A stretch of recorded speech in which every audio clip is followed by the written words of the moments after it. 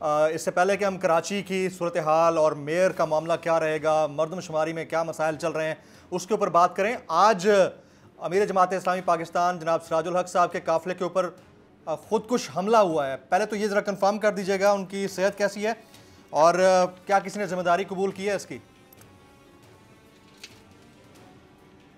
ہاں, آج یہ خودکش حملہ ہوا ہے اور بہت ہی غیر معمولی واقعہ ہے. ظاہر ہے جماعت اسلامی پاکستان کی ایک بہت بڑی جماعت ہے اور اس کے امیر سراج الحق صاحب ہیں اور 2 دفعہ وہ سینئر وزیر اور سینیٹر رہ چکے ہیں. ظاہر ہے اس سے بڑھ کر یہ ہے کہ وہ امیر جماعت اسلامی پاکستان ہے. اب ان کا قافلہ ہے جو جلسے کے لیے جا رہا ہے اور اس کے اوپر ایک خودکش حملہ آور آتا ہے اور وہ اٹیک کرتا ہے باقاعدہ.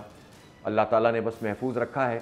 اس کی شاید وہ پوری جو مواد تھا اس کے پاس وہ پورا نہیں پھٹ سکا, یہ اللہ کی طرف سے تھا اور اللہ نے محفوظ رکھا. اور کارکنوں میں بھی 7-8 لوگ زخمی ہوئے ہیں. ابتدائی طور پر تو ہمارے علم میں آ رہا تھا کہ لوگ زیادہ زخمی نہیں ہیں, لیکن پتہ چلا ہے کہ زخمی ہیں. لیکن الحمدللہ کوئی بڑی کیجولٹی نہیں ہوئی ہے جس پہ ہم اللہ کا شکر ادا کرتے ہیں. لیکن بہرحال یہ سوالیہ نشان ہے کہ ہمارے دشمن, ہمارے ملک کے دشمن کس طرح سے ان تمام کھلے عام موجود ہیں اور اس میں ہمارا فیلئر بھی حکومت کا نظر آتا ہے, حکومتی اداروں کا نظر آتا ہے.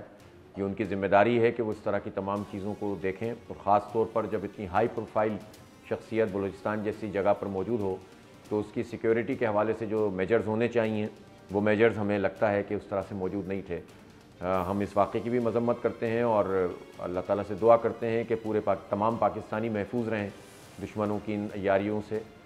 میں نے آج ایک چیز دیکھی تھی کہ تحریک طالبان والوں نے تو اس سے کہا ہے کہ ہمارا اس سے کوئی تعلق نہیں ہے جی. البتہ باقی کوئی ایسی خاص چیز اب تک میرے علم میں نہیں آئی ہے کہ کسی نے ذمہ داری قبول کی ہو.